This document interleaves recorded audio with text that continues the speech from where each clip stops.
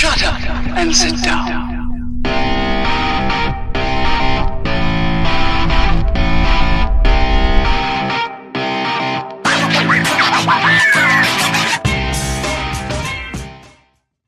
Greetings, fellow Earth travelers. Oblyx here. Just hanging out, climbing a tree, because, you know, that's what us spiders do. Yeah, I still play with the Morph mod, guys. How y'all doing today? I'm excited to be back here in the new frontier. Now let's take a look at some of the things that have changed since I seen you guys last. Well, we dug out a little bit over here. I should probably not be a spider anymore, huh? Maybe a wither skeleton? Is that good? Be a wither skeleton. So dug out a little more over here. We're going to put some farming down in here, some auto farming, because you know what? I am tired of not having technology. So we're going to handle that. Now across the bridge over here, we built a little pathway up and another portal. Funny, we should be a wither, huh? Maybe I've seen one of these, possibly through that portal right there. Or you think I got that blaze too? So let's go back and be ourselves again, cause it's just too crazy. All right, we back again. Now, like I said, I'm tired of living this rustic lifestyle. We need to get some automation going up in here. So we're gonna start with a little power, because you can't get anywhere without no power. Now I get asked pretty often, Oblyx, what is a good starting point when you're playing modded? You know, what mod should I start with? Ooh, we're gonna have some bacon. What mod should I get? Oh, delicious bacon. You know you can't talk when you're eating bacon. Oh, that's so good. So what mod should we start with?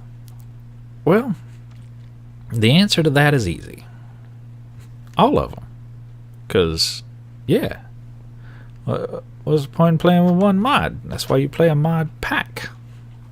Because you got all of them. You got a whole bunch of different mods that like to play together. So, that's what we're going to start with today. We're going to start up quite a few different ones. Now, I like my power very well diversified. I don't like to put all my eggs in one basket. I like to have a little bit of this, a little bit of that. I like to have some sustainable. I like to have some non-sustainable. I like a good mix. So we're going to work towards that goal today. Now you notice the crafting tables on the floor may have a little something in them. Y'all thought I just put them crafting tables down for decoration because I'm a big dummy.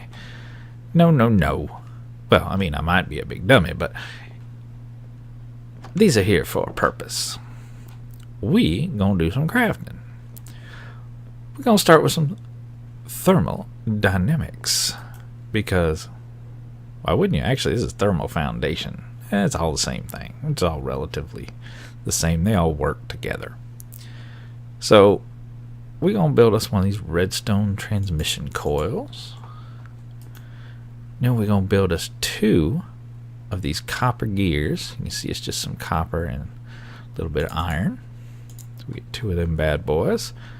And we're going to come down here. We're going to put that on top. And we're going to put those on the side. Now you see, that wasn't hard to make at all. And now we have a steam dynamo of the basic variety. That's going to give us some go-go juice so we can do other things. But now, in order to make this little guy work, let's just set him down. Ain't he pretty? We're going to need to feed him some fluid. Now, you're going to do that with fluid ducts, and that's easy too. We just need a little bit of copper and some glass. Boom. Done. Apparently, I had too much glass up in there. Now, remember, don't forget, from last time, we're doing ore duplication. We're doubling it. So every one gets us two. So this ain't that expensive at all. Now, if I look at the interface of this guy, he's got a couple different little spots on him. He's got a spot right here for coal or burnable material. Light his fire, if you will. He's got a slot right here for water. So you're going to put some burnish stuff up in there. You're going to put some liquid stuff up in there. The two of them going to get happy together and make some babies. The babies are going to be steam. The steam babies. That steam is going to make the power. So we got to get some water. What's a good water source? Well, we're going to stick inside the thermal expansion mod pack. You notice I've put a little bit of a water pit down here. It's a 3x3. 1, 2, 3. 1, 2, 3. 1, 2, 3. Counting with Oblyx. And there's our center block right there. Got it kind of hidden up under the ground down there. We're going to use a thing called an aqueous accumulator. Y'all didn't know I do them big words, right? Yeah, how about that? I do. It's alright. I ain't totally dumb. Alright, folks. Sorry about that. My dog decided to start making all the noise in the world. So we're going to get this aqueous accumulator going. Now, to do that, we're going to need one of these redstone servos. That's just some redstone and iron. Super cheap, super easy. We're going to need 2 of these 10 gears. That's just some tin. It's easy peasy lemon squeezy. We're going to need one of these copper gears. We're going to pop that into the middle of this guy to get a device frame. We're going to come back here. We're going to pop that device frame inside there with that servo and these 2 gears, and bingo bango bongo, aqueous accumulator. See how easy that is? Just a little bit of metal, easy peasy with our duplicator over there. We're going to take this guy and we're going to pop him down. He needs to be surrounded by water to work efficiently. So we'll pop him in the middle of that 3x3 just like that. Now he's good to go. We want to connect him, this aqueous accumulator, up to this steam dynamo. Now to do that, we're going to use these fluid ducts that we made just a minute ago. We're going to pop that down there just like that. Notice the water pops right in right away. Because this guy, the aqueous accumulator, doesn't take any power. He just sits here and sucks water all day long. Now he is not the fastest water source in the game, but for this point in the game, this early in the game, he will suffice just fine.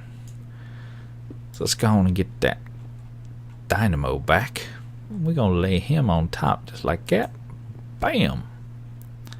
Now if we look inside, notice he's got water. Good to go. So we can go ahead and decorate our floor back up because we don't need to be down there no more. Didn't even know that water was down there. Now look at that. Ain't that pretty? Now we're going to need some machines to make use of this power. We got the power, got no machine. Let's put a little coal in there. We do need some coal to make her run. Look at that. Oh yeah, look at that steam fill up. See it? All the way. This coal is being burned up, putting this water into steam, and we're generating power. This little tip has turned bright red, and if you look up there at the top, we're almost at 10,000 RF. So it's generating pretty quick. If we click this tab right here, it'll show us how fast it's generating. It's generating 26 RF a tick right now, and that ain't bad at all. That's with no load now. So we need to get some machines, put some load on this thing. Now I am going to need me a couple more parts, and then we're going to build us a pulverizer. So I'll be right back. Alright folks, our last parts have been made. So we're going to come over here and we're going to drop this piston down on top of this machine frame, 2 copper gears, and a redstone reception coil. Now remember, this is just a couple pieces of redstone and a piece of gold. Easy peasy. It's like a gear, some iron and glass. Also super easy. And these are just copper and iron. Very, very easy to make. Then you're down with the pulverizer. Now this thing is going to be a technological advancement for us. Gone are the days of rotating that handle right there. But we need some way to feed items into it nice and easy. And for that, I like these iron chests. We could use our crates like we're using over here, but we just don't need anything that massive. So if we take a regular chest, wrap it with some iron, we get an iron chest. And iron chests are bigger than regular chests, plus a little bit sturdier. So we're going to lay that iron chest right there like so. We're going to lay our pulverizer right there like so. Now, I've already made another iron chest and a redstone furnace. Just as easy as the pulverizer is to make. Don't be afraid of it. Just build it. It's easy. Throw it down right next to them like that. Now, we're going to need some way to get the power out of that little red tip into these two machines right here. So, we're going to make these leadstone flux ducts. That's just fun to say, ain't it? Redstone flux ducts, quack, quack. We're going to take a little bit of redstone, 2 pieces of lead. Remember, that's just 1 ore in our little fancy machine over there, and a little bit of glass. Boom. Now we got cable that we can use to connect these guys up. Now you're going to see they're starting to fill up with power. Look at that. Ain't that a pretty sight? Technological advancements up in here. So we're good. And we're still producing power. It's all being fed into the machines right now until they get full. Then it's going to start backing up in here again after it fills up this pipe. Now see, if you put your mouse up there, you can see it's filling the pipe up right now. So once that's done, it'll start filling up in here. You get a little reserve. Now, we want to configure these guys, and what's going to happen, this pulverizer is going to do the same job that this grindstone did for us, except for it's going to do it using power. So we want to configure it to draw ore from that chest into itself, pulverize it for us, then spit what it pulverized, the dust, out into this furnace. Then we want this furnace to cook it and spit the ingots out into that chest. So let's configure this real quick. If we right click it, and thermal expansion, you've got a little gear right here. You just want to click that little sucker. This is your machine, the face of it. This is the top, left, right, bottom, and back. So we're not doing anything to the back, so we're going to turn it off. Just because I'm picky and I like everything to be nice. So we're not doing anything at the bottom. We're going to turn that off. We're not doing anything at the top. We're going to turn that off. Nice and clean. Now, on the right side, right there, is our input chest. So we want to set that to input. We want this window right here to match the color of this. You can see it's red right now, and this box is red, which is the output. You can tell because of that arrow. So right now it's going to try to output that way. We don't want that. We want input that way. So we're going to click it till it gets to input. Now notice that brought in the bottom one. We don't want that either. Orange gets top and bottom. We don't want that. Keep trucking. Now there's blue, but it's also orange. See, blue and orange. So we have both. It's going to do in and out. We don't want that one. There we go. All blue. So just the input coming from our right side, that chest. And we want to make sure auto input is enabled. That's going to let it draw from that chest. Now this guy, we want to get whatever he does and suck it into him. So we need to set him, he's on out, but we want both the top and the bottom. So that's orange. See, orange and orange, top and bottom. Then we're going to come over here to the furnace and do the same thing. We don't want anything on the bottom. We don't want anything on the back. We don't want anything on the top. the right side we want to be our input. There we go, blue. The left side we want to be our output, which it is, orange and orange. We're good. And we're going to auto input enabled. Now it will suck from here and push to here. Ain't that nice? And this guy will suck from here and push to there. Now what's going to happen is we're going to be able to use some of our power to take some of our iron, throw it in that chest right there, and notice the pulverizer's already running. It's taking that iron and it's pulverizing it for us. Now it's happening so fast, it's getting sucked out and into that furnace so fast that you don't even see it. It doesn't even show up here. You occasionally will see it pop in, but it doesn't last long. It comes over here to the furnace. Now you can see it here in the furnace being cooked. And it's going to turn into ingots, but you're not even going to see it here. It's getting sucked out so fast. But if we come over here to this chest, bam, look at those ingots. Ain't that a pretty sight? Now the reason we want this chest, you say, oh, why don't you just throw it down in here like that? Well, here's why.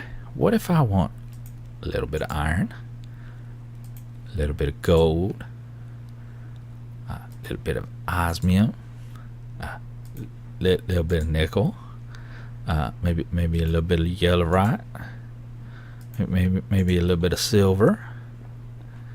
I done did my hard day of mining, came back with all my ores. I just drop them in like that.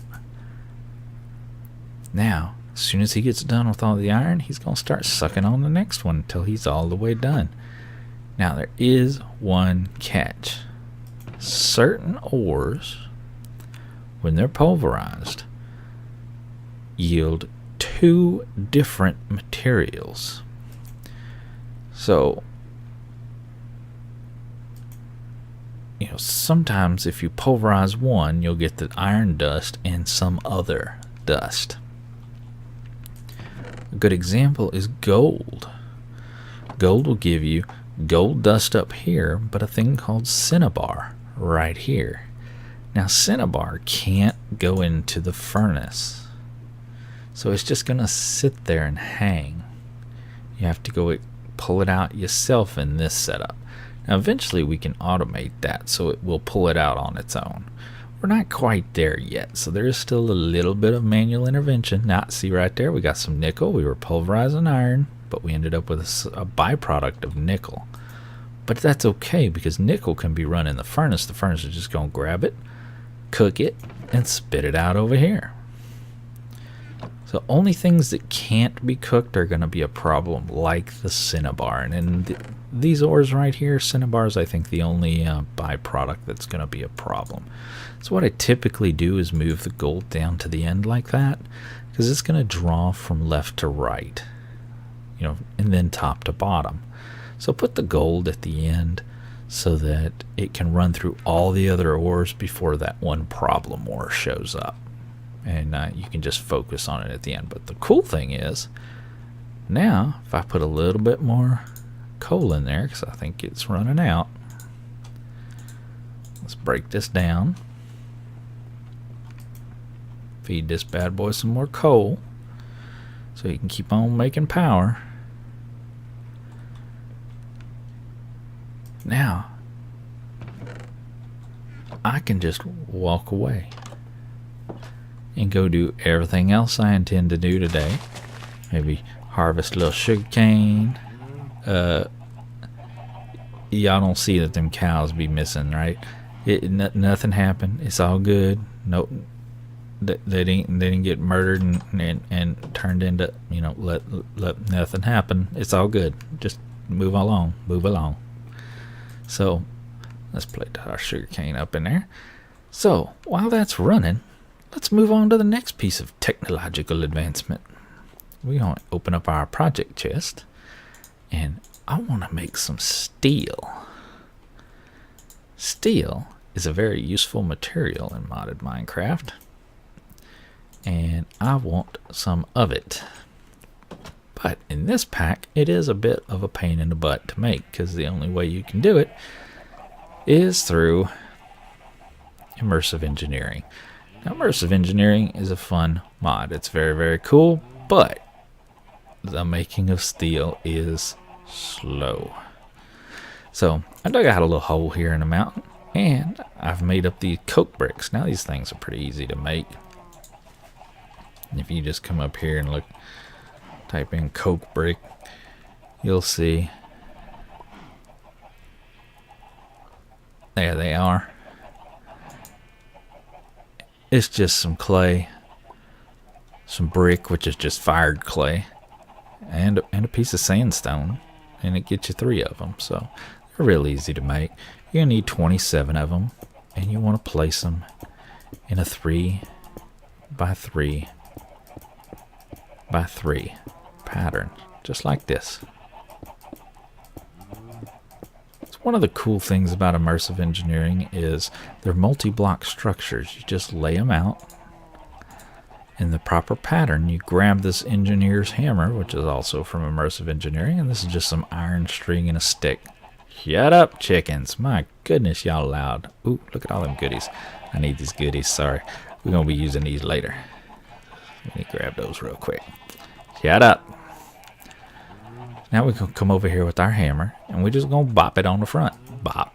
And look at that. Now, it's a coke oven. So, what we can do is throw some coal in it, and it's going to start cooking that coal down to coal coke, which we can then use. Man, now it's a bunch of eggs. You see all that? So, we can turn that coal coke into steel. There we go. So let's pop back on over here. And come on, baby, light my fire. Now this is also going to create, your coal coke's going to show up here. Over here is going to be creosote. Now this will be used to make treated wood, which is used in almost everything immersive engineering. So you're going to want a ton of the stuff. So just keep this cooking. So let me let this burn down, and I'll get back with you in a little bit. Alright folks, this has been cooking down for a while now. You see, we're not even part way there, but we've got 19 coal coke and a whole bunch of creosote. Now we need to work up a way to get that creosote up out there. So to do that, you're going to need these 20 pieces of iron. So let's run back in the house, and I'll show you how it's done. Again, this is the not automated version. There's going to be an automated version later. So first, we want a bog standard bucket. Then we want to make a drum. So we're going to need a cauldron and 2 weighted pressure plates. We'll put the cauldron in the middle and some iron down the side. Now we have an iron drum. Now this sucker holds a ton of material, liquid. So if we come out here, drop our drum down, pump our bucket. I'm just going to shift click it in there. See, it went in this top blue one, came out in the red one full of creosote. We just take that, drop it in there. Notice our drum changes color. And if we right click it with an empty hand, we'll see that it's full of 1 bucket of creosote oil. So we'll just do that a couple times, and we'll empty this thing out. So once I got it emptied, I'll be right back. Alright folks, we got the creosote out. We're still sitting at 20 coal coke. We're just going to leave those in there cooking for now. And looks like we got 10 buckets of creosote oil ready to go. Now these drums are pretty cool, because I could just pick it up and carry it with me if I want to. Don't nothing spill out, but I'm going to leave it right there for the time being. Now, while that coal coke still cooks up, and we gave it plenty of room to grow by pulling that creosote out, I want to look at upgrading this guy. Because right now, he stays burning even when there's nothing here. There's some loss up in here, and I want to get rid of that because I don't like wasting resources. But to do an upgrade on this guy, so I can open up these augments right now, I click it and nothing happens. So in order to do that, I've got to put in one of these hardened upgrade kits. Now to do that, I need some Invar and some bronze. Well, to do that, it's pretty darn easy. Invar is made out of pulverized iron and pulverized nickel. Well, we just learned how to pulverize them, didn't we?